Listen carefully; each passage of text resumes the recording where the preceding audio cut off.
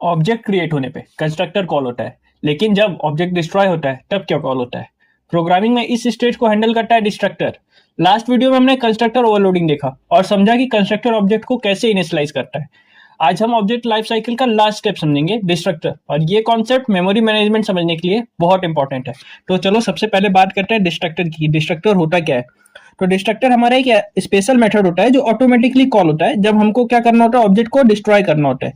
इसका main purpose होता है कि हमारा जो मेमोरी है, यूजेज ऑफ मेमोरी है, जो ऑब्जेक्ट को डिस्ट्रॉय करने के बाद रिलीज कर सके और रिसोर्सेज को क्लीन कर सके, जिससे हमारा मेमोरी यूजेज इफिशियंट हो। ठीक है, वेस्टेज कम हो जिससे। सिंपल वर्ड में समझो तो क्या होता है, जब हम लोग को ऑब्जेक्ट का बहुत ज्यादा जरूरत नहीं होता है, ठीक है, तब क्या करते हैं हम लोग उसको मेमोरी से रिमूव कर देते हैं।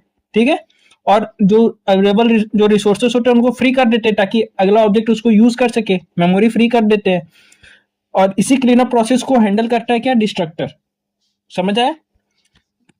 रियल लाइफ एग्जांपल समझो तो जैसे मान लो तुम कहीं जाते हो तो कोई रूम रेंट पे लेते हो, ठीक है, तो तुम रूम में इंटर करते हो तब क्या करते हो, बेड अरेंज करते हो, लाइट सेट करते हो, रूम को रेडी करते हो। ये सब क्या है, इंटर करते हैं। ये कंस्ट्रक्टर का काम होता है, जैसे ऑब्जेक्ट क्रिएट करने पे कॉल होता है। अब जब तुम रूम छोड़ते हो, ठीक है, तब क्या करते हो, तुम रूम को क्लीन करते हो, लाइट को ऑफ करते हो और कीज रिटर्न करते हो। ये सब क्या है, डिस्ट्रक्टर है, यानी तुम वहां पे चीजें क्लीन कर रहे हो। ठीक है, प्रोग्रामिंग में इसको क्या बोलते हैं, डिस्ट्रक्टर बोलते हैं। अब देखो की फीचर्स क्या है डिस्ट्रक्टर के। ठीक है, तो देखो ऑटोमेट डिस्ट्रक्टर जो होता है वो ऑटोमेटिकली कॉल होता है जब ऑब्जेक्ट को डिस्ट्रॉय करते हैं हम लोग। ठीक है, ये करता क्या है, मेमोरी को फ्री करता है और रिसोर्सेज को भी, जिससे क्या होता है, हमारा मेमोरी लीक जो होता है वो कम होता है, उसको प्रिवेंट करता है।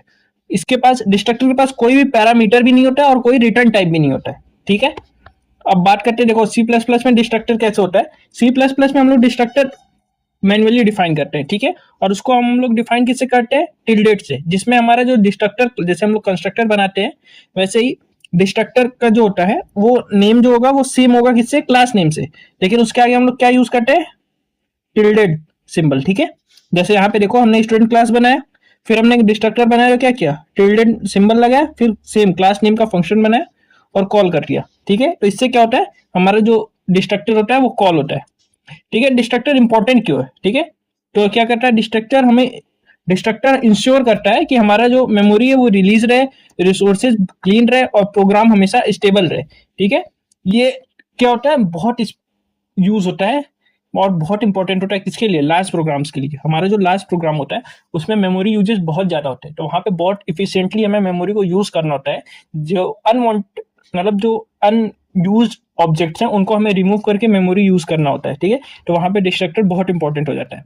ऑब्जेक्ट लाइफ साइकिल से समझो, जो क्या है, जब हम लोग ऑब्जेक्ट बनाते हैं तो ऑब्जेक्ट लाइफ साइकिल क्या होता है, जब हम लोग ऑब्जेक्ट क्रिएट किए तब क्या कॉल हुआ, कंस्ट्रक्टर। ठीक है, फिर ऑब्जेक्ट को यूज करते हैं तो मेथड्स जो होते हैं हमारे वो एग्जीक्यूट होते हैं, और जब ऑब्जेक्ट को हमें डिस्ट्रॉय करना होता है तब हम लोग क्या यूज कॉल होता है, हमारा डिस्ट्रक्टर यूज होता है। ठीक है, डिस्ट्रक्टर कॉल होता है। लैंग्वेज पर्सपेक्टिव से समझो तो अलग अलग लैंग्वेज जो होते हैं वो अलग अलग तरीके से डिस्ट्रक्टर को कॉल करते हैं, डिस्ट्रक्टर यूज करते हैं और उसको हैंडल करते हैं। जैसे सी प्लस प्लस है, उसमें हमें एक्सप्लिसिटली डिफाइन करना होता है किसको, डिस्ट्रक्टर को। ठीक है, कॉल वो ऑटोमेटिकली हो जाता है, ठीक है, जब ऑब्जेक्ट डिस्ट्रॉय होता है, लेकिन हमको उसको डिफाइन करना होता है। लेकिन जावा में क्या होता है, ठीक है, जावा मेमोरी मैनेजमेंट में क्या होता है, जावा में कोई भी ट्रेडिशनल डिस्ट्रक्टर नहीं होता। ठीक है, हमें बनाने की भी जरूरत नहीं होती है। वहां पे हम लोग क्या, हमारे जावा में क्या अवेलेबल होता है, गार्बेज कलेक्टर। ठीक है, जो ऑटोमेटिकली क्या करता है, अनयूज ऑब्जेक्ट को डिटेक्ट करता है और उनको क्लीन कर देता है। ठीक है, जिससे हमारा जो मेमोरी होता है वो ऑटोमेटिकली फ्री हो जाता है। समझ आया? ठीक है, अब बात करते हैं इंटरव्यू क्वेश्चंस की। तो सबसे पहला क्वेश्चन है क्या, व्हाट इज डिस्ट्रक्टर। तो destructor is a special method that is automatically called when an object is destroyed and it is used to release memory and clean up resources.